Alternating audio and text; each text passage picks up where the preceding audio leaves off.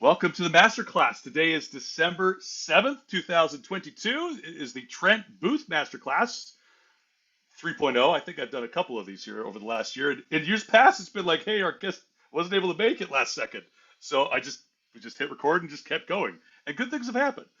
Today is more specifically at the request of some of our core attendees for the masterclass for the fall of 22 that have asked for, hey, Trent, what's on your heart? What's on your mind? What are some of the things that you'd like to talk about? So I relish the opportunity to dive in for, let's call it 60-ish minutes for the masterclass. If you're watching this on the archive afterwards on YouTube, welcome. I'm glad that you're here. And we are really tailoring this for the people who are able to join us live and in studio. So that's an invitation more than designed to make you feel bad about missing this. Invitation for future, if you want to be able to have your questions answered, come in live or submit them ahead of time if you just can't. I know some of you run training every Tuesday, but you're faithful to watch this afterwards. So either case, we're glad that you're here. All right, some of the questions and topics that we're going to dive into here today, I'll try to read them off of the chat so you have context if you've not seen the chat live from where you are now. One of the questions was about coaching leader and how to become a coaching leader and how to utilize some of the coaching best practices in what you do on a day-to-day basis. I will direct you to soundcloud.com/Trent-Booth. That once again is soundcloud.com/Trent-Booth. There are no ads on that, well, at least that I've put up. It's not monetized. It's just designed to be able to deliver to you audio files that you can download or just listen to on SoundCloud on the app, so you can hear some vector-specific content. So leadership development content. I think there's about 9 files up there, 9 audios. I'm going to say plus or minus about 7 hours worth of content available for you. I think it's great for reps as well as AMs. I've had some people outside of Vector really enjoy some of those audio files. Again, it's leadership development, even if they don't understand what we're talking about when we say AMs, PDI, and rep and DM development. It's okay. I think there's still a lot in there they'll be able to follow along, even if they don't know the names on the how to not have the worst vacation ever. They might not recognize the names, but they'll still see that there's good content in there for them. So, SoundCloud.com if you want to go a little deeper. There's plenty of Trent Booth content. If you go on Vector Connect, both audio and video library, you'll see a ton of stuff on there. One of my favorite messages, which is hard to recreate, and I don't do a lot of keynote messages anymore, is called Weeds and Seeds. And it's from the Rep Development Conference in January of, I want to say 2017. I could be wrong there.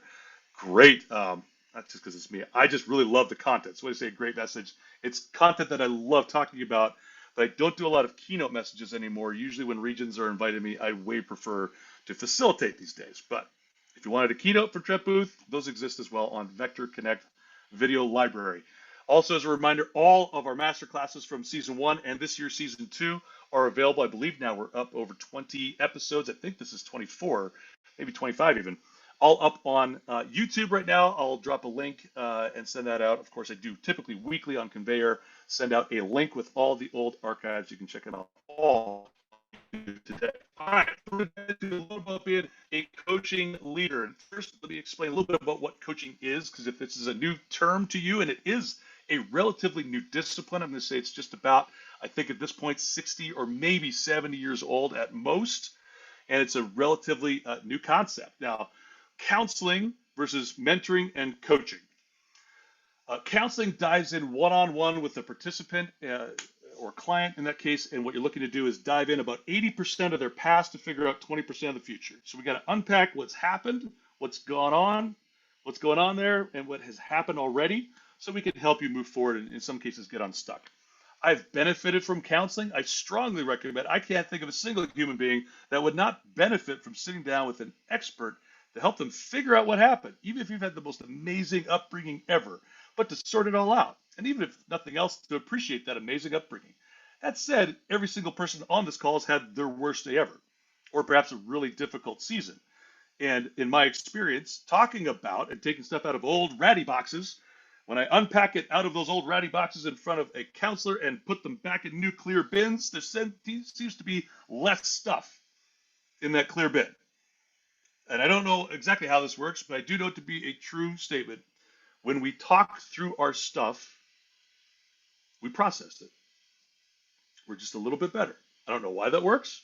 I don't know why talking to your dad, if you haven't, or talking to your mom helps, but it helps. I don't know why talking with your buddy helps, but it helps. Even if you didn't fix anything, if you just talked about it, they say, Bianca, I hear you. I see you. I'm sorry that happened. It feels, doesn't it feel better? I don't know why, but it does tend to be the case. So this is me making a case for good, sound counseling. Hear me right. Like coaches, like leaders, not all counselors are created equal. Some are not very good at their job. Some suck. Some might be great at their job, but they're not your flavor. They're not your style. They're not what you need in particular, in which case, keep looking to find the right one that speaks your language. And folks, whether I'm talking about counselors or talking about coaches or talking about leaders or CPAs, right? Your accountant should be one that speaks your language and doesn't make you feel stupid, right? How do you know it's the right one? You're comfortable with them. You can ask them anything, and they're going to help you grow as a leader. So anybody that you're looking to hire as your, think about it, as your accountant, that's like your chief financial officer. What an important decision. Your financial planner, right? Let's get your CFO, let's get one that, yes, they work for you, that speaks your language and serves you, right? So that would be the same in counseling. I've had weak sauce counselors. I've had amazing counselors, right? Counseling is 80% of the past, 20% future. Coaching would flip that. Coaching would assume that somebody's not in a tough spot or a dark spot, although sometimes they are. Counseling's more reserved, like, hey, I'm not good. Or, hey, I'm good, but I'd really like to talk through this because I think I could be better. That's counseling. Coaching is, hey, I'm pretty good. Actually, I feel pretty good. I'd like to move forward and get unstuck. I'd like to grow. So coaching would presume that somebody's basically in a pretty good spot. Does that make sense? That doesn't mean we're not wrestling with other stuff. Hear me right. But in general, I'm in a pretty good spot because we're going to talk 80% about the future and maybe 20% about the past. So it kind of flips what we're talking about in counseling. Coaching is not designed to replace counseling. Hear me right. I have many clients that do both. They counsel and they have a coach. It's not an either or type of scenario, right? So coaching, we're going to talk mostly about the future, and we will talk about the past to give us context for what that future is all about. Coaching primarily asks questions. The goal of coaching is to raise the awareness of the participant with the underlying belief that if I ask Tatiana enough questions and emerge enough awareness of what's going on around her or awareness of the intricacies of the challenge that she's facing, that she'll come up with solutions that will work. I mean, perhaps oversimplifying it, coaching presumes that the answer lies within the participant.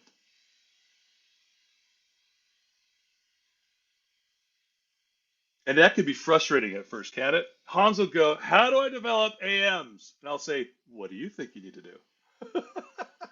And that can sound condescending and, you know, heavy-handed. Like, what do you think? You just ask me a question. You answered a question with a question.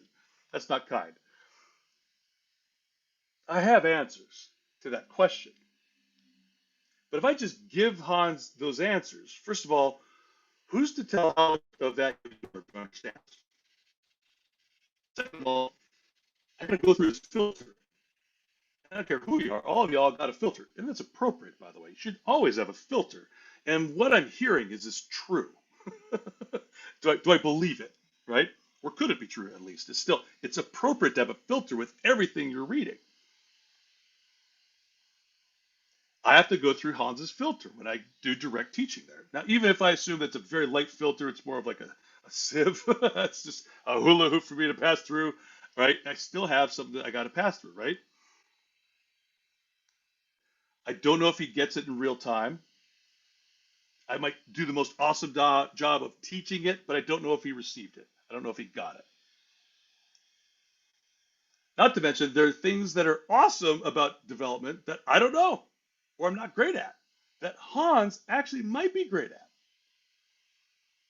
So if I just do the direct teaching piece, we're going to miss out on some of the brilliance or the creativity that could come from the participant herself or himself in this case. So by asking good questions, by getting curious I'll come back to that. But by getting curious with Hans, what this is going to do is give us a shot of emerging awareness for him to sort out some solutions, and then together we'll figure out a way forward. So far, so good? When you have questions, go ahead and drop those in the chat for me. I'll see if I can't catch them. And if I don't, I'm hoping that you guys will stop me. I want to underscore something I shared just a little bit earlier. A coaching leader asks questions to raise awareness. A coaching leader asks questions to raise awareness with the hope that the participant will self-regulate.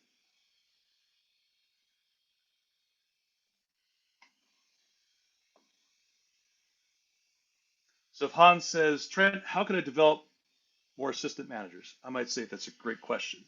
I might start with, what do you do right now? It's a little better than what do you think, right? Although it's kind of implied. Hey, what are you doing right now? I'm trying to raise awareness. Now, even if he's doing something, he might not understand why. By guiding him through this process, if Hans understands why he's doing that in a new and different way, he does it better. No question. He does it better and with more conviction. By asking the question and raising his awareness, keep in mind I also bypass the filter, yes? I bypass the filter. He might emerge the same things that I was about to teach him, but if he comes up with them, we've already passed the filter, right? Not only have we passed the filter, as the coach, what else does this tell me? He knows what it is.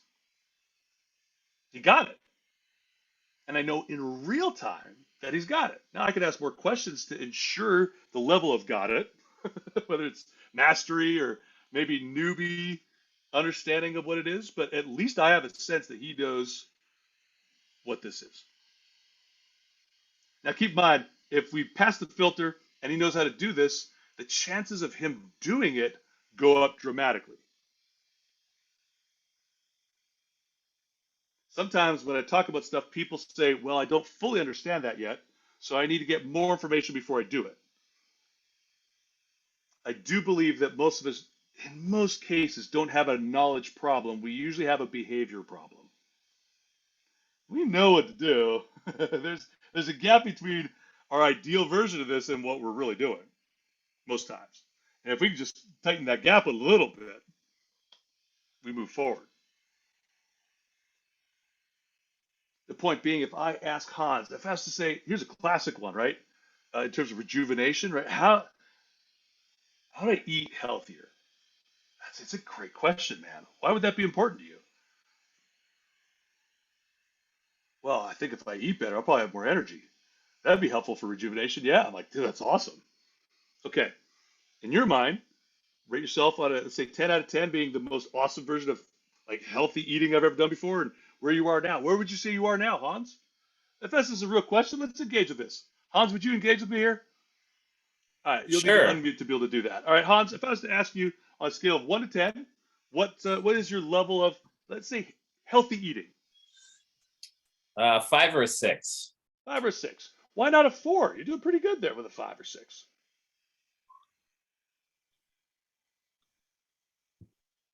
Because I occasionally eat healthy. You do. You sometimes Maybe occasionally. 50-50. Maybe 50-50, yeah. Okay. Is that the number? Then? Is it 5 or 6? What do you think? Yeah, 5 or 6, yeah, right around there. Okay. How about 6? Would you argue for yourself being a 6 right now or 5? I'd argue closer to a 5. What do you think about 5.5? I'm teasing you, brother. It's okay. It's a good number. All right. Let me ask you this. What are we missing? What's the gap between like 5, 5.5, 6 to like a 7? Is there something you could think of that like would immediately take you from like 5, 5.5 to like a 7, like today? What would that be? What could it be if we didn't have to be right? Planning time in the schedule to plan to eat healthier. Is this something you've done before? Something we're working on doing right now, yeah. Okay, so you've got the thought of it. You're already starting it. You've already like considered what this could look like. What would you say is the breakdown? Because you've got the idea and you'd like to do it, but it doesn't sound like it's quite happened yet. Um, Or have you yeah, started just it? uh, no. Well, to some extent, but yeah, Okay, it's just more discipline and taking action, closing the sure. gap between what I know I need to do and what I'm actually doing. Yeah. So what do you think you need to be doing? Uh, just preparing my own food at home and eating at home more than just getting something quick. Okay. So just by making your own food, even if it's like food you really like, it's probably going to be healthier than eating almost anything out, right? Oh, 10 times better. Yeah. I'm saying like even if you made a cheeseburger right, that you ate tomorrow for lunch, but it was homemade, like home ingredients and everything else, that's going to be better than almost any burger you could buy anywhere in this in a restaurant or store, right?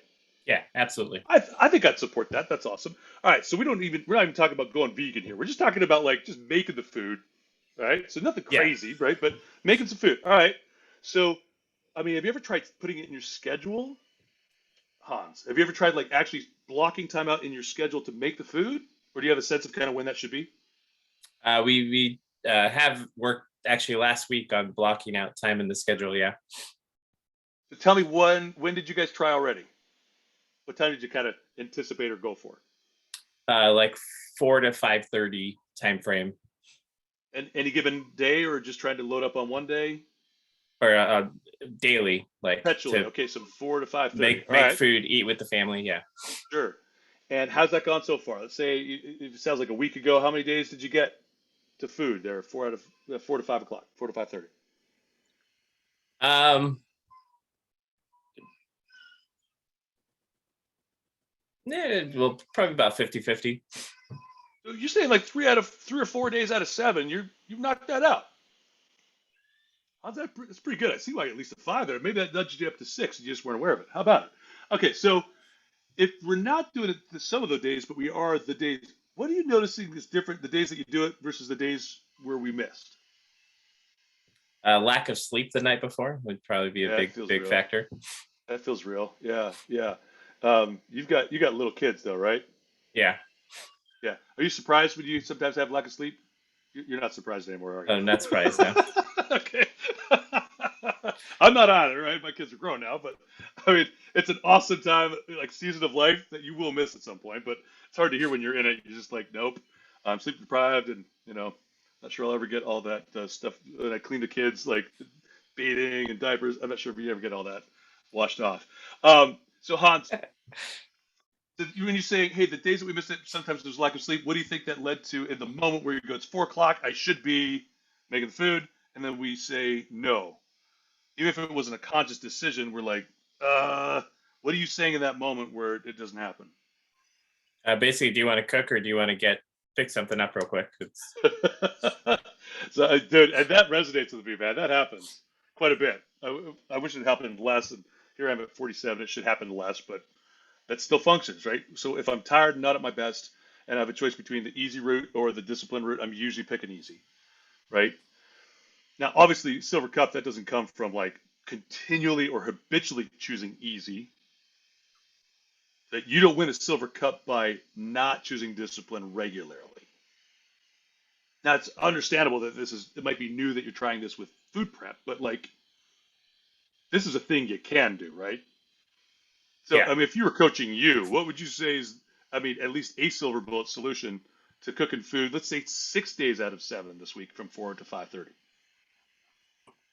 I mean, don't make decisions in the moment that are contrary to what you want long term. Yeah.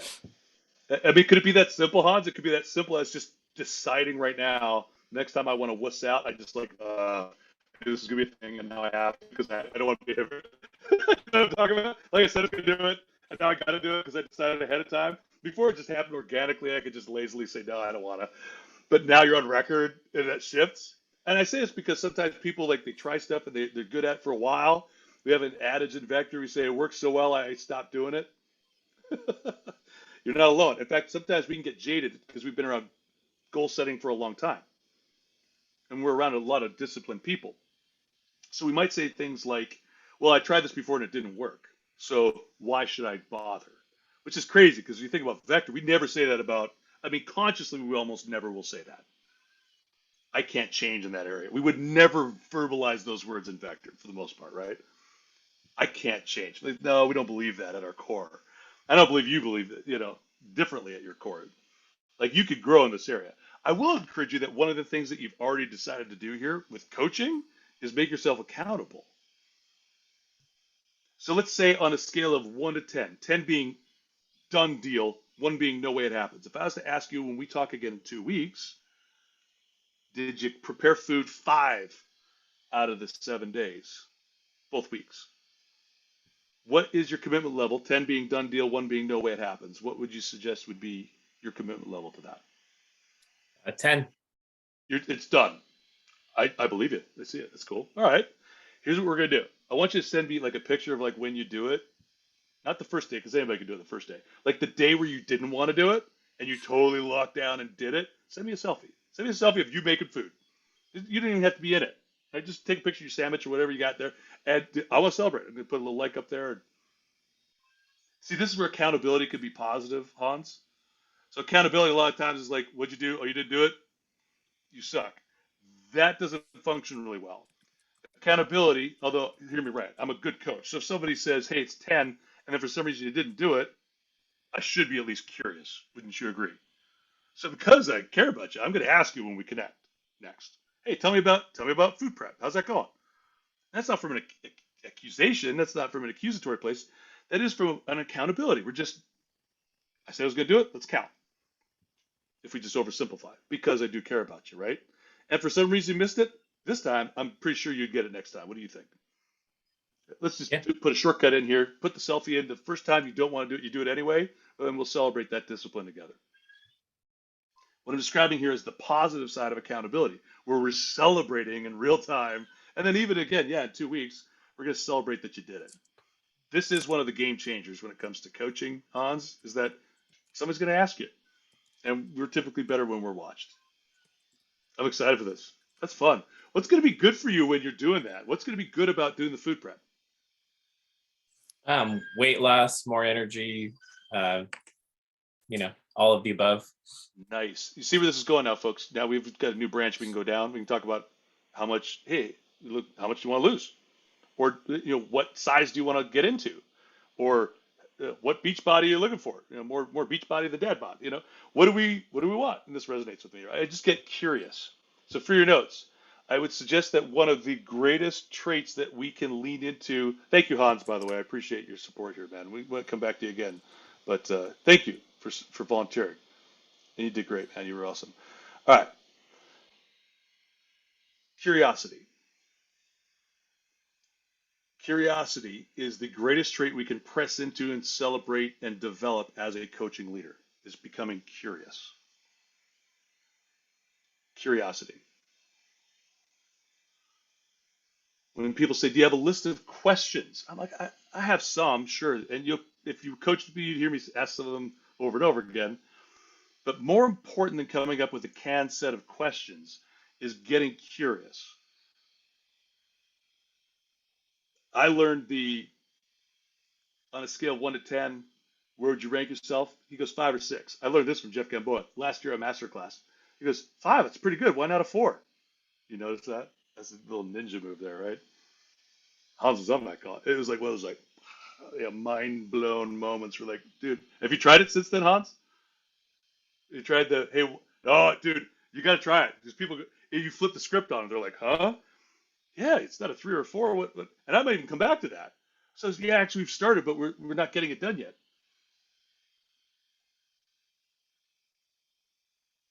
Hey, why not a 4? That's 5's pretty good. I'm going to pause and talk about a concept here, a couple concepts. One is most of us aren't studying the gains. Most of us are studying the gap. I can't recall which book this is from, but somebody can drop it in the chat here for us. I love this concept. Most of us don't study the gains we're making. We're studying the gap, which even if you've made legitimate gains, most of us functionally miss those or dismiss them. Regardless of whether we miss or dismiss those gains, if we're just going to stare at the gap, we will eventually become wildly unmotivated because it just is painful to look at that gap of all the things I could be doing, we're going to despair. And as a coach, oh, I got to be a hope dealer as a coach. I would say as a servant leader, it's one of the best things I could do is be a hope dealer.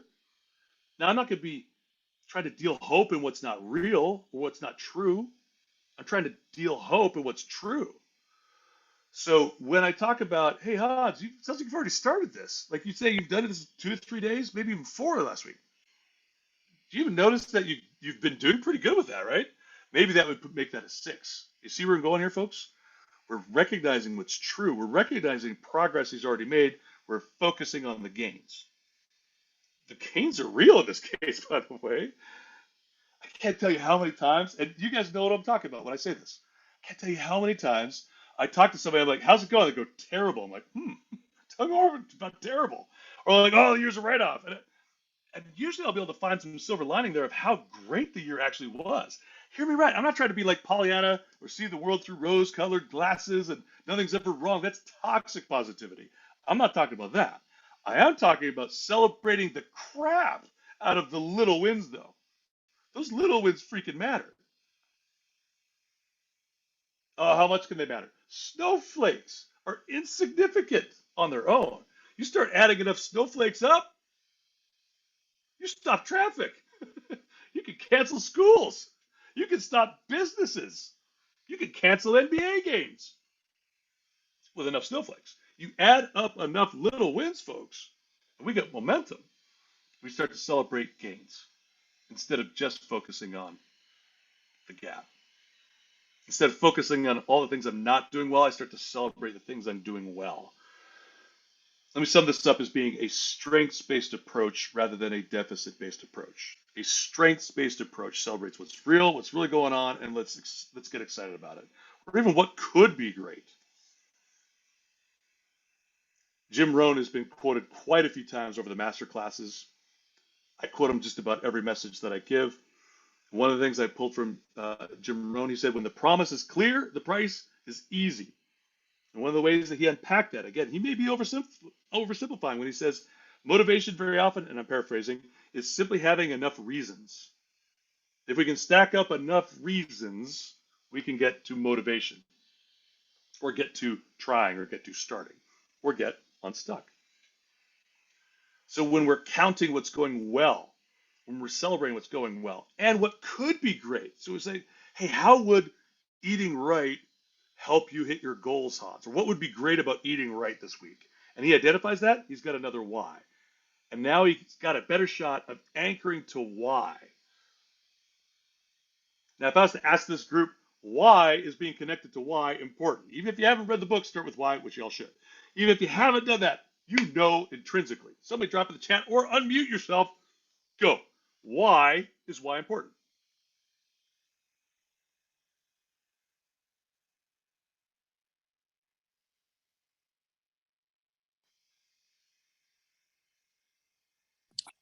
Because if you know why you're doing something, it makes it easier.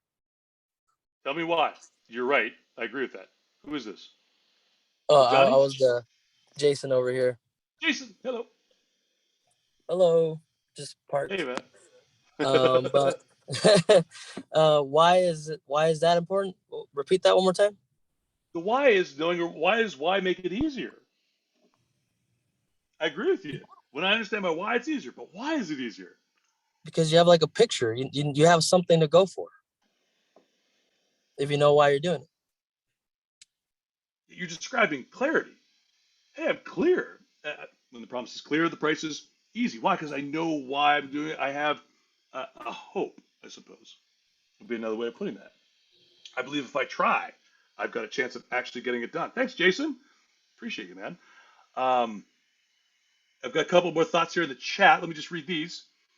We've got a few answers here. Tatiana says, that's a separate one. I'll come back to this one, Tatiana. Thank you. Johnny St. Pierre says, when you understand your why, your how finds legs. I think that's a John Bromanism. I celebrate that. I believe that to be true. That's served me well over the years as well. Paul says, connect yourself to your greater purpose and stride to reach your bigger goal, no matter how many steps it takes to get there. I think you guys are describing a lot of the same things. David says if the why is strong enough, you can bear almost any how, and I would agree with all of these statements. These are really good. So I think everybody in this group, you don't need me to sell you on being clear on why. It tends to be one of those things that we skimp on though when we're goal setting or we're coming up with trying to change a habit. Is we're not clear on the whys. We don't have clarity on why we're going to do it. So it makes the how harder. I would agree with that statement. This is good. Fun. I'm going to go meta for just a second. When I say meta, I'm actually going to talk about what we just did. I asked a question and I left it a long time. How long is long? How long did I actually leave that silent after I asked that question? Can anybody figure that out? If I identify how long of a pause I gave there? It felt like 2 minutes. You're right, Tatiana. It felt really long. It felt really long. It felt long to me. Might have felt longer to y'all though. Uh, Actual time, what would you guess? I don't even know if it was 15. That might have been somewhere between, well, probably not 2 minutes, 15 seconds. It might have been 5. 5 feels like an eternity though. 5 feels like 15 for sure. I like one of the answers down here though. How long did I give you? And maybe this would be a better answer to the question, how long should we wait if we've asked a good question? Jordan says long enough for us to run and for us to find our own answers. Long enough. As a merchant, I don't like the silence, and I rush to fill the silence. I rush to fill the silence because I feel like I'm causing you all pain if I ask a question and it's just silent. And I don't want to cause anybody pain, so I'll rush to answer that. And I would say as a younger leader, and even as a young coach, I even do it now. Who am I kidding? I answer my own question. And that's the opposite of coaching. It's me being awesome instead of helping you be awesome. And my goal as a coach is not for me to be awesome as much as I am a narcissist. I need to fight that. It's one of the ways I drift. So instead of me being awesome, I need to serve. I need to allow you the time and space. Now, sometimes I'll ask a question that's really uncomfortable.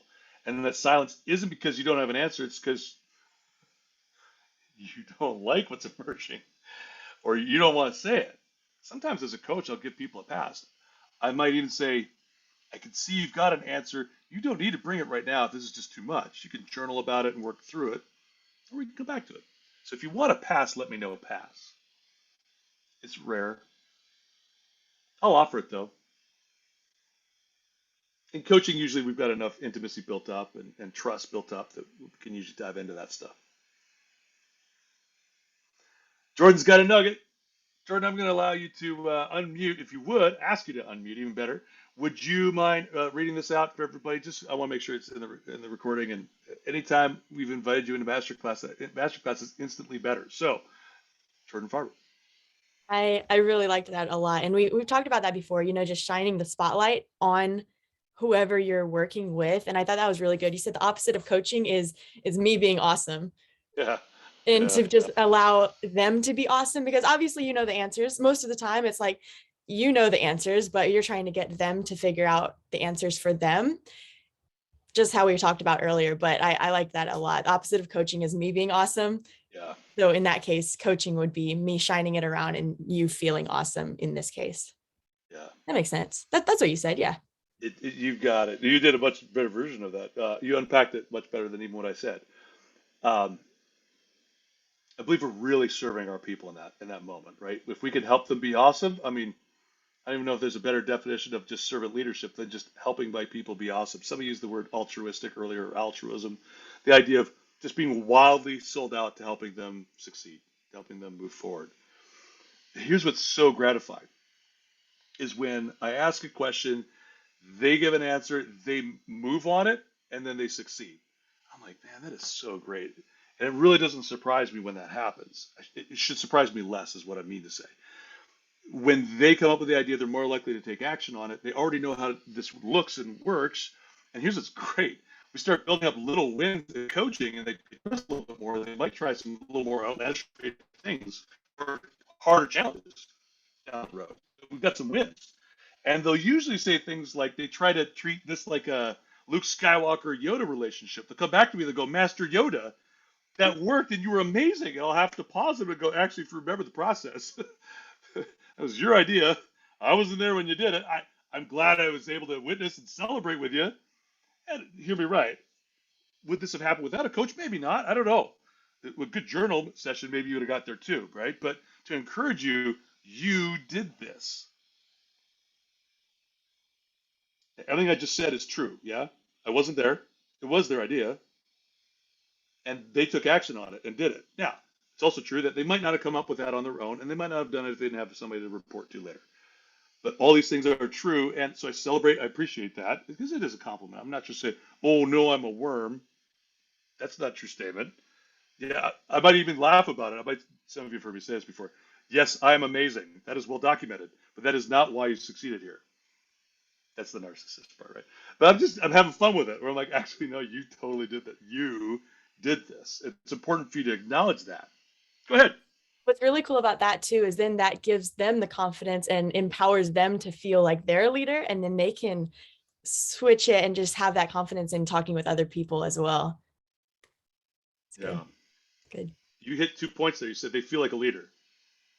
I would agree with that statement. I'm not sure if you understand how true that is, though, right? They feel like a leader. I say it because some of them are acting like a leader, but they don't feel like a leader. This is evidence. This is evidence of them acting like a leader, of them being a leader. What's the difference between acting like a leader and leading? I don't know. They're acting like a leader and they become consciously aware of it. They've got a chance of repeating that, though, don't they? What happens when that person goes out and runs a branch? You get less calls at 3 in the afternoon during your first day of training where they're like, I don't know how to lead people. Help me succeed. You've taught them what to do. They know how to succeed. They're not lazy in their leadership development. They're not waiting for you to come flip a switch for them. They're flipping their own switch. You're empowering them to be self-starting, self-regulating. They can emerge awareness on their own, self-regulate, and start to crush things. Yes, this is an independent record. World beater, world changer. Yes. You have a thought, Jordan. I can tell. Please share it. Invitation. Okay. Well, I kind of lost it when you asked. You put me on the spot again. Okay, it was almost a question along the lines of, so in them taking in what you just did for them, right, in that coaching session where you were asking them questions, they might think, okay, cool, now I know the answer. Now I can tell people the answer. Is there a certain type of almost like words of affirmation kind of thing that allows them to understand, no, wait, the reason why we got to this was because I asked a question and you found the answer? So allowing them to know that they need to ask more questions. Does that make sense? I'm not sure how to ask that Sure. question. Yeah, what I hear you saying is, hey, if they get some new knowledge and then they leave our interaction and try to impart that knowledge to others, hey, that's not as good as them just asking great questions. I would agree with that. And here's my yes and. I don't think it's the worst thing ever for somebody to say, hey, I just started planning and I'm eating better. You should plan time to make your own meals. This is awesome. That's still awesome. That still functions, Jordan. They're still leading well. That's still direct teaching. And yeah, that might not be as good as coaching leader, but they're still leading. They're still sharing. They're still encouraging. And this worked for them. I mean, they're going to be so enthusiastic. I might just be like, just go. Do you, live well. Go get them. That works. Now, if I extrapolate that and say, okay, if coaching is better, how long should I wait before teaching TLA or key staff to ask great questions? I think everybody already has an answer for that as I'm asking it, don't you? How long should we wait to teach people to ask great questions? Here's what's wonderful. So many of us learn, most of us, maybe all, learn by watching. We observe. And so if you're just mostly asking great questions of your people, they're probably going to mirror that. They're going to start asking great questions. Now they might start by copying you and asking the questions that you asked, which is great. That's how I learned to sing. I just copied people, right? But then I eventually developed my own voice, my own way of doing things, right? So you get to pay it forward by mostly modeling it. Here's what's funny. I shared earlier counseling, coaching. I did mention there was a discipline in between. Coaching, counseling, and mentoring. And there's a place for mentoring. Mentoring is awesome. What Jordan was just describing is somebody crushed it, they succeeded in that one-on-one coaching session, and then they started teaching other people how to do it. That's mentoring. This person doesn't even have to be an expert in that, do they? They just need to be a little further up the road than the other. They're at $4,000 in sales, and they're teaching the kid at $1,000 how to get leads. That's awesome. That's mentoring. Mentoring is sweet. I would suggest that what people were calling coaching in 2007 that I was doing was actually more mentoring. I was only coaching vector people. I had sold, a few $1 million with a Cutco as a division coordinator, and I had FSM as a rep. I had things I could talk about. I even had experience teaching reps how to hit 10,000 in the first 10 days, or big push weeks, etc. So I could mentor people on a lot of the topics that I had expertise on. I was a pretty good recruiter back in the day. Top 20 all time at one point. Not bragging, just stating fact. Yeah, it's bragging. What I'm driving at, though, is I could mentor people on those things because I had knowledge, right? And I still used a lot of questions as I was mentoring. And there's nothing wrong with mentoring. Mentoring is great. In fact, it's a really easy, layup, quick, great entry level drug, if you will. It's a great way to get people leading. Hey, you don't have to have it all figured out, but why don't you do a demo here and take this person with you, or have them meet you on Zoom? You just need to know a little bit more than they do, and you do, and they'll feel really good. Mentoring is beautiful. Johnny, I'm going to come to you in a second. I love that you have questions here. You popped right up to the top of my page, and I apologize for leaving you over here. Thank you for raising my awareness here. Hold me accountable to this, all right? So what I'm driving at, though, is mentoring has a ceiling, and that is I can only mentor you up into what I've experienced myself. In most cases, I might be able to go plus minus 10%. And this isn't hard math, by the way, right? As a general statement, we have a limit, though, to how much I can mentor. It would be tougher for me to mentor, here's one. It's tough for me to mentor parents before I have kids. Does that make sense? Not saying I can't bring some leadership ability to the table that should help them as a parent, right? Because I think one of the most basic forms of leadership is being a parent. Awesome, privileged. But if I haven't got kids, that's going to be tough at some point for me to continue mentoring them without having kids. And as I continue to exist in a business where I haven't run an office since 2003, I haven't ever had to make PR calls. I don't know how to mentor you into that. I do know how to mentor you through I've got a task that I don't want to do. How do I do it? I could use some of those principles to still even mentor you probably through that. Where coaching differs is coaching doesn't require that I have knowledge at all about the world that you're an expert in. I need to be good at asking questions to raise your awareness so you can figure it out. Before I take Johnny's question, I want to walk you through a quick scenario. Sometimes I'll coach people, and the solutions that they come up with are different than what I think is the silver bullet super solution. This is the way. And they'll come up with one that's not, mine's A, theirs is B. And I'm like, I've got to make a judgment call here. Hear me right. As a coach, it'd be the worst thing ever if they're about to walk off a cliff for me to just go, well, I'm just asking questions. No. I have a responsibility to go grab them and pull them back from the ledge, okay? I'm not going to let them walk off a cliff. The only way this will work is if I can trust them if they're running at harming themselves, then I will pull them back. Hey, I think I'll just stop recruiting and just sell and be a successful district manager. I'm like, yeah, that's not good. That's not helpful. Hey, I love you. I have an observation here, Hans. With your permission, I'd like to bring it. Hans says, yeah, shoot, man. If you stop running training, you'll have no reps. If you have no reps, you got no demos. You got no demos, you're a CSP. Actually, you're not even a CSP. At least you have your own demos. If you're just going to sell what you're describing by not recruiting, you're not a DM anymore. You're a CSP. CSPs are awesome. Actually, you'd have to qualify to become a CSP. You're a rep, is what you're describing. You could do that. I think there might be a better course though.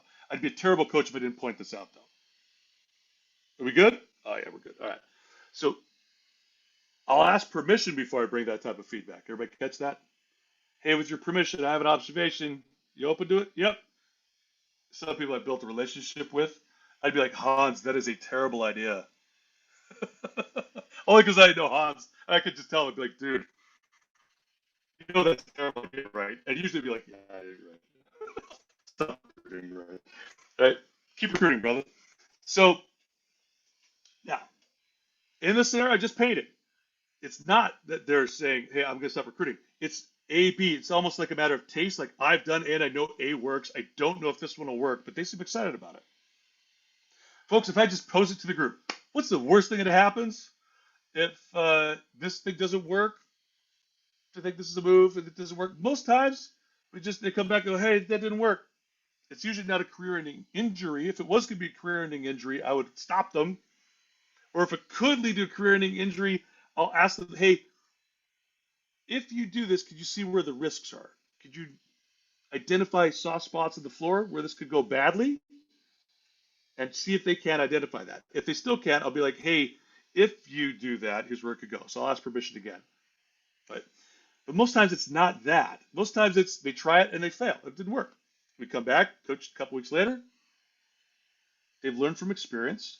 And I'll ask them, hey, do we need to go back to the drawing board here and come up with new ideas, or do we need to try with the other ideas that you had already? That's how it works. Now, folks, it could work another way. I think A was the best move. They think B is the best move, and B turns out to freaking work. I've had people come back from calls where I'm like, they're like, I did B. Like, how did it go? They're like, it totally worked. I'll be like, ha, ha. I'd actually make that sound, ha, where they know. Sometimes I'll even tell them, like, brother, with permission, yeah. There's no way I thought that was going to work. Or I didn't think it would nearly work as well as this one. Tell me more about that. And I'll celebrate the fact that it totally worked. But again, it's not about me, is it? And there's been many times where that alternate move, I'm like, I don't know if that's the best one, but they crush it. They crush it. And they would have missed that if I was only mentoring, by the way. If I was only teaching them from my experience and giving them my silver bullet or fighting for my A, my solution isn't necessarily the best one. Their process is more important than their result. I'll say that again. So I'm talking to a group, a lot of us at Vector get caught in the performance trap. Their process is more important than the product or the result. Them sorting it out and figuring it out, if that way doesn't work and they know that, it's gone. I don't have to sell them on that anymore. If they do A because I sold them on A, but they're wondering in the back of their mind always about B, but they didn't get a chance to try it, it's not as good. They're doing A, but they're not committed to A. By the way, they try it, doesn't work. 2 weeks later, they're on A. They are way more committed to A. They celebrate A. And they learn from experience, which you've all done here. And they live to tell the tale. I'll pause for questions or comments or thoughts before I go into a couple of other questions I had here in the chat. I have one before Johnny, actually. Questions, comments, thoughts? All right, let me go back. Tatiana was asking. And Tatiana, I'm going to ask your answer question? Johnny's first because it's more relevant to what you just spoke about. So it might Sure. work a bit better for everybody's minds. Well, only with your permission because yours was up on the board first. So absolutely. Thank you for doing that. So, Johnny, I'm going to ask you to unmute so that we can hear your question. Yeah, it's great. I actually put it in the chat, and then you started talking about that exact situation. So I was asking, hey, say you're working with reps that are in different levels, like a brand new versus key staff versus FSM. Like, how much do you lean towards more, let's say, for a newer rep, teaching, mentoring versus coaching, especially when you're recruiting big numbers? Mm-hmm. You launched 20 reps, like. Do you lean more towards teaching, coaching, or sorry, mentoring versus coaching, each one of them? Great question here. Let me lean into this a little bit, because I want to qualify it a bit. And if you have specific questions, I might be able to give you more specific answers based on context and scenarios that you know about. So my answer here may not fit all scenarios here. It's a bit of a disclaimer. It reminds me of a conversation I had with my surrogate coach. Now I say surrogate coach because I studied all of his videos. His name is Christian Simpson. I got access to him through the John Maxwell leadership program. So I did the John Maxwell program. I think for $3,000, I got to study all of he had 40 hours of video content on coaching. And when I say I studied it, I don't think I studied any post-secondary course like I did this course. 40 hours of video, I transcribed it all. I actually have written transcriptions of the videos that were most relevant. So I took their handout and I transcribed and studied and practiced the content. It's pretty good. The event itself wasn't very great. It wasn't great. It was pedestrian at best. But that for $3,000 was absolutely worth it. And it gave me coaching certification, which is where am I going with it? When I met him for the first time at this event, this would be worth also, I'd say $3,000 to take all that learning and have a 5-minute conversation with him. I said, oh, kind of geeked out a little bit. I'm not going to lie. I said, I feel like I'm meeting Bono. Can I get a picture with you? He's like, oh, I like you too. I'm like, he's like British. I'm like, yeah, man, I love you too. He's like, yeah, man, I love Coldplay. I'm like, and the picture, like, we're totally, I should post it at some point. We're geeking out. I look like the most geeky, dorky picture I've taken as an adult. I'm like one of those.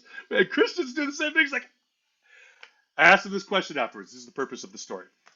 Christian, I've been mentoring people for a number of years. I'd like to switch into coaching. How do I transition them from mentoring to coaching? His answer still floors me. Simply start asking great questions. He goes, don't even tell him. Don't even tell him you're switching from mentoring to coaching. Just start asking them questions. So I did. I couldn't believe it. It absolutely worked. It was amazing. I thought it was going to be like, hey, I'm switching from mentoring to coaching. So I guess people like me ask questions. They like thinking. I will say this, Johnny, when people are brand new, most people are not used to thinking. Most of us will defer. Most of us are looking for the Yoda. Almost all of us are looking for the Yoda. Tell me what to do. And unfortunately, I would say we've even celebrated that in our company. We've celebrated don't think, just follow the program, which I think is appropriate when somebody's brand new as a rep, appropriate when brand new as an AM, and appropriate, I would say, even as a branch in a district. Sure. But folks, when you get to DVC, there's no program like that anymore. And you've got to think. In fact, if you want to cross over and become an ADVM or a top flight district manager, there's no program for that. You have to think. So when should I start teaching our people how to think? When I say teaching them how to think, I'm really using that as a euphemism for asking questions. I think the answer is as early as we can in the process. Hear me right.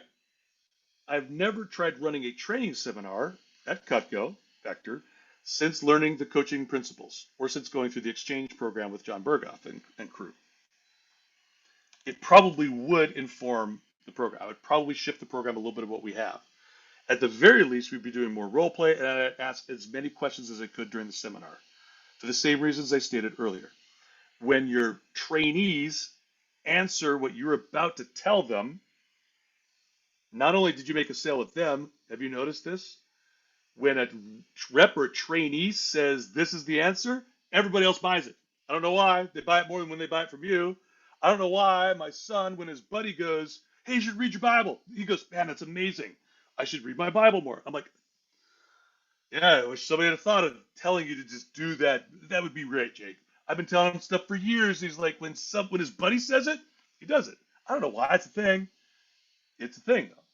Maybe it's a trust thing. Not entirely certain. The relevance goes way up when a trainee says it than when you say it. So the more questions you can ask, even in the training, you wouldn't have to change your seminar to ask more questions. Johnny, good to see you, brother. Looking forward to our call. I know it's coming up. Thank you for the great question, Johnny. My answer, I'll send you with this. Try to find as many excuses as you can to lead by asking questions instead of teaching as often as you can. Interviews, training, one-on-one PCs, anytime I could ask more questions. It's funny. Evan Keller asked me a very similar question. He was just fascinated by the whole coaching leader type thing. He was like, where can we apply this? I'm like, actually, the question would be, where doesn't it work? Because as often as we can do it, let's start with the question first. And if they don't get it, we can always teach them. But the benefit when we ask a question and they emerge that answer, when we raise their awareness and they take action on it, it's self-motivating, it's more satisfying for them, and you develop stronger leaders at the rep level, which makes them stronger as AMs, which makes them stronger as branches all the way down the line. It makes them more independent, more successful, I'm going to argue for. Tougher to kill. Fun. Ask more questions and figure out as early as we can to do that. So before we move back to the chat to other questions, comments, thoughts on this particular topic. Asking questions earlier, and what level do I brand new versus key staff? I think you should hear the answer to this. I'm asking questions whenever I can. Clarification? Questions? Comments? Tatiana, with your permission, your question. Go ahead. Thank you. So I was just asking, it takes us back to probably like 20 minutes or 35 minutes ago when we were talking about the gap and the gains. And you were saying that we needed to learn to track more gains and not study the gap as much. So I was wondering if you have little habits or different questions that we can kind of ask ourselves. Like I know a lot of us do end of day reflecting and like daily updates or journaling every day and things like that. So are there little habits or questions that we can start asking ourselves to encourage us to track those gains? So as we start to track those gains more, we'll end up kind of teaching and mentoring and asking those questions to help everybody else around us also track those gains. You guys stay unmuted for a second here, Tatiana. Here's why. Your question is so good. Anybody else notice what she did as she was asking and forming the question? Drop it in the chat or answer so we can unmute even. It should be on the video. What did Tatiana do? Or do you know what you did? I'm not sure what I did, but I saw Dakota nodding his head. Dakota, you're up. Yeah, I think she just like really reinforced her question a lot, right? Like she had the one point of asking it and then she expanded on it a lot. So then it's a little bit easier for you to help her find it, I think. You certainly iterated the question. It was much better. I'm glad I didn't just read what was here. So you're 100% correct there. Anybody else notice something that she did? It's that one answer here. What else did Tatiana do as she formed her question? Jordan, I'm coming to you. So Tatiana, I don't even know if you recognize this, but you started to answer it as well. So you started to say things like, I know a lot of us, go back and reflect at the end of the day and we journal about it and we go back and relook at what, and Trent was like, smile and nod the whole time. It's my favorite moment, dude. It's so good. Yeah. Did you notice that, Tatiana? Yes, I know I tend to kind of start answering a lot of my own questions, but it's mainly because I'm not just asking the question for me. Most of the time I'm asking it to help me be able to develop other people or possibly take that question like a step further in case somebody else has a similar question. So it's not just like one direct question for me, it's kind of more for everyone, if that makes sense. It does a lot. And I want to, first of all, honor your generosity in looking to share that with everybody. I really mean it when I say it's a generous posture for you to ask the question, not just for your own benefit, but to put yourself out there to ask it for everybody's benefit. I'll encourage you even, because I'm sure that there are times when you think about asking a question that you're like, but I'll look foolish. Or I'll look like I'm not as sophisticated as I am because the question might be very basic. And when you are generous and you ask the question, you kind of jump on the sword. There are people that we're all thinking it that really don't know. You actually might even know, asker. Right? Yeah. So I feel like I've definitely been the person in the room who asked like the dumb question, but I just don't care if it's dumb because if I'm thinking it, then like I don't care if I'm the only one because I would like it answered anyway. I'd rather know. I'd rather know than be like all cool and pretend like I know and not really know. I'd rather learn it. What's fun is I get to this like. I know I'm talking to people that are in like development and you're division executive assistant. There would be a temptation to be like, no, I just want to hang and look awesome. That even as bold as you are, there still might be times like, no, I can't ask that one though. I know I ask questions, I can't ask that one though. I'm going to celebrate that at my level and be like, I don't know what that word means. Go back for a second. I watched Earl Kelly do this. He's a region manager for the Northeast region. One of the smartest guys I know, right? Like Wharton School of Business at Penn State. This is a smart dude. Goes, I don't understand that word. What is that? And someone would clarify it. And first of all, I just got to do word. But also, everybody in the room goes, they know Earl's a smart dude. And they're like, whoa, whoa. So I'll encourage you. I'm affirming that move. It's very generous, but it's also a high form of leadership. All right, Yeah. let's get back to you asking the question and iterating your question. I love when somebody asks a question. I'll say, tell me more about that. Or without me having to say that, they do what you did and they start answering their own question as they're forming it. Because even you were envisioning people on the answer as you're asking the question.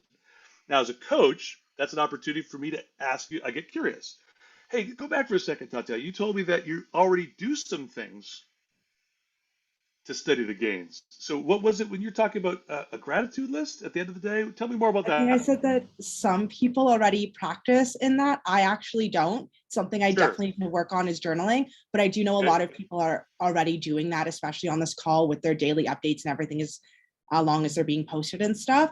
So I know some Okay. people already have those tools, but if you don't have those tools and you know it's something you need to get better at, can you sort of start asking those questions, even if you're not taking the pen to paper, but even if you just think about it, because if you start to think about it more, you'll end up doing it. Because it's just like working out every day. You're like, I'm going to wake up and work out. And then one day you finally wake up and work out after 3 days of saying you'll do it. This is fun. All right, I'm celebrating this because you've already emerged two ideas here, right? One, anybody catch the first one? Was I think Jordan already caught it. Like you journaling it, and even if you haven't done it, you know it's a thing, right? Which is fun because you're already celebrating it, even though you haven't done it yet. Huh? When are you gonna start, by the way? I have no idea. Experimenting with it. All right. Curious, by We'll the way. Just figure curious. it out All right. one day. So here's what's fun is that at least it kind of indicates, huh, you know it's a thing, and you already affirm it as being a good thing. Can you give a try it, maybe? You know, like you at least give her a shot, right? I did it for 3 days this whole year, and I was really proud of myself for doing it 3 days in a row instead of Yeah. just like once every blue moon. Yeah. You could do it more, you know. I know. I know. I tease. I tease. I'm like, well, what if you did it more? What if you did it today? What would it cost you? And I get a little fun with it. What would it cost you? Of course, the answer is zero. I mean, how much time does it take? An hour? You're like, it takes 5 minutes. But it's really hard to do, right? You're like, actually, it's super easy to do. But you don't really understand it. You need to read a book first. She's like, no, I could totally do it. So I reduce it to the ridiculous and have some fun with her, more with an eye towards qualifying her, eliminating reasons why she wouldn't do it. With an eye towards, what if you tried it? What if you just needed permission? All right, I'm going to give you permission today. Schedule it with an alarm. And when the alarm goes off, you got to stop. If you're watching The Voice or whatever, you got to pause. You're watching the Hallmark Love Channel. You got to stop. You got to go, okay, I got to do my gratitude list. And you do it. Now, you can write it out. I love that. If you want to type it in your phone, that's fine. If you want to think about it, that's fine. Although I think science would bear out that writing it out in your own handwriting is going to beat typing it in a phone, which you do all the time, or thinking about it. I don't know about you, but Shiny Thing, what's the movie? Up. We got the dog squirrel, right? Like Yeah, it's up. I don't think well, right? I get distracted so easily that I need the journal to focus me. Here's what I also know, Tatiana. Your handwriting is so unique. It's like your thumbprint. It's like your voice. Your handwriting is unique from all the billions of people that ever existed before and ever will exist again.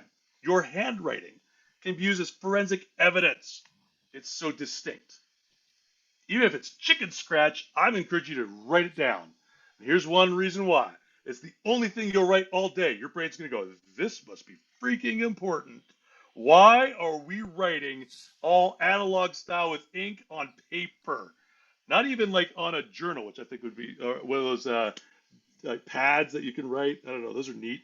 But I'm saying pen to paper where right, you're in the journal, writing it down where you could read it later in your own handwriting, and your eyes can read your own chicken scratch. I don't care if anybody else can understand it, you'll understand it. But I'm suggesting here that even if it's slower than typing, we're not trying to be fast, we're trying to be effective, right? So if it slows you down to savor the things that you're grateful for, I do know some people, Tatiana, they're so grateful for the same things daily, they actually put it in the front of their journal so they can read those things. And sometimes they usually add to that. Honestly, they usually add to it. But you might put it in one central section of things I'm grateful for that you can come back to over time and keep adding to it. And I think that's great if you do that on a daily basis too. That's wonderful. What if you just did it 4 days this week? And if you missed the day, it's not only no big deal. It's just I'm just supposed to do it 4 days. Hey, on a scale of 1 to 10, I'm actually asking you this question, not rhetorically. Tatiana, scale of 1 to 10. What's your commitment level? 10 being done deal, 1 being no way this happens. What would your commitment level be to try this for the next 4 out of 7 days? Like 0.5. 0.5. So no chance you're going to do this. Tell me It's more. like a small chance. Like I could probably hit like one day, like 0.5, because I think I could maybe do one day. And since it's 4, it's like 0.5-ish. What if you like the 1 day? Would you be committed to 2? You could. So let me ask you this, and I'll re-ask it. On a scale of 1 to 10, 10 being done deal. What are the chances you'll do this one time in the next 24 to 48 hours? Like a 9. Ah, look at you. All right. Once in Listen, if 48 that hours goes is like a well, 9. it's a 9. I love this. I celebrate that. Now, by the way, some people, no matter what you do, will never be a 10. That's okay. That's okay. 9, her 9 is a 10 for most people, is what I would suggest, right? That said, wow, we celebrate that. All right, let's go with that. Let's go with that. Now, I'm also going to invite you, if you like it, you could do it again in the next 48 hours. I'm going to We'll see if I like it. If I like it, Yeah. maybe. But if I dislike it, Here's the point: is if it's anything lower than a 7, I'm going to renegotiate. You guys check that. It's very rare I get a point. It's actually the first 0.5 I've ever gotten, right? I'm so But sorry. usually I'm starting with no. I put you on the spot. It's not even you. It's actually that this is an unrealistic scenario. Almost, I'm going to say every single time I'm working through one of these, it's an issue or challenge that they brought. So even though Tatiana brought this question, this wasn't necessarily like, hey, I want to start journaling, right? So it's part of the reason that this almost always works is north of 8 is that it's their thing. There's more relevance because it's really their thing. Let me go back for a second though. I want you all to see that I was trying to distinguish here, even as a coach, the difference between thinking, or what they call ruminating, versus journaling or even talking about it. So we didn't get into that one, but Tatiana, you talking with somebody is almost the same level as journaling it. The benefit, of course, if it's journaled, it's written down and you've got a record, you can see it later. But by the way, the science would bear out, and you don't have to take my word for it. You can go take a look at this if you were to Google this. Writing versus talking it through almost has the same effect if we're talking about talking through problems or celebrating wins. When you talk about it with somebody, it makes it more real. When you write it down, it makes it more real. The challenge when we think about it, I already hit one, and that is distraction. The challenge when we think about it is also sometimes my thinking isn't always clear. If I'm not in a good emotional state when I'm thinking about something, let me give you an example. Last night, I'm a goalie in ice hockey for men's league. The final score was 11-3. That means I let 11 goals in. It's not a 60-minute game. It's a 45-minute men's league game. I got crushed. It's not a league high. It's not a career high even for me, by the way, but it was a rough night. A night where I'm literally going, I don't think our team is good enough to be in this league because this is pretty standard. I also distrust my feelings in that moment. Is that appropriate? Yeah, it's appropriate. You're getting shelled 11-3. You're not feeling very good. It's appropriate for me to distrust my gut in that moment. So in that moment, I go, no big decisions tonight. I'm not going to make any decisions tonight about whether we stay in this division or league or not. I'll do that later. I feel pretty much the same way today, by the way. I'm not upset over the 11 goals. Our team is just not a B division team. At the very least, I am not a B division goalie. That is real. So we got to make some changes. All that said is what I'm trying to drive at, though, is that if I'm in the wrong emotional state, I might have a really short list of what I'm grateful for. Or I might say, okay, it's time to think about what I'm grateful for. And I go, I don't feel good. I don't want to do this. This is stupid. And I might not do it. Whereas if I've got the piece of paper in front of me, I go, all right, fine, whatever. What am I grateful for? I live in the United States of America. I might start with that one. It's a layup. It's a little one. But that little one might lead to another one.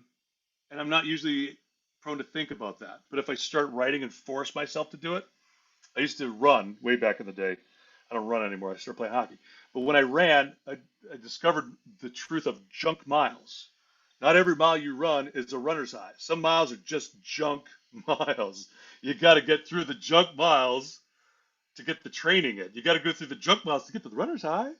You got to go through the junk miles or the junk, sometimes junk runs. Sometimes it's 98 degrees and I can't run. I lost a whole minute per mile over my normal pace because it's just a junk day. I'm like, junk day. But I was faithful and ran. It's a junk run, but I ran. You see the difference? I'm describing sometimes my pages in my journal are junk pages. They don't have to all be awesome for them to be helpful. What I'm trying to make a case for is actually writing it down as opposed to just thinking about it. By the way, you can do some research on Google if you like about your handwriting. This is a true statement. I used to print in all capital letters. I never did cursive handwriting in school or as an adult. I started writing in cursive. I mean, I learned as a kid, but I started practicing handwriting cursive as a function of journaling.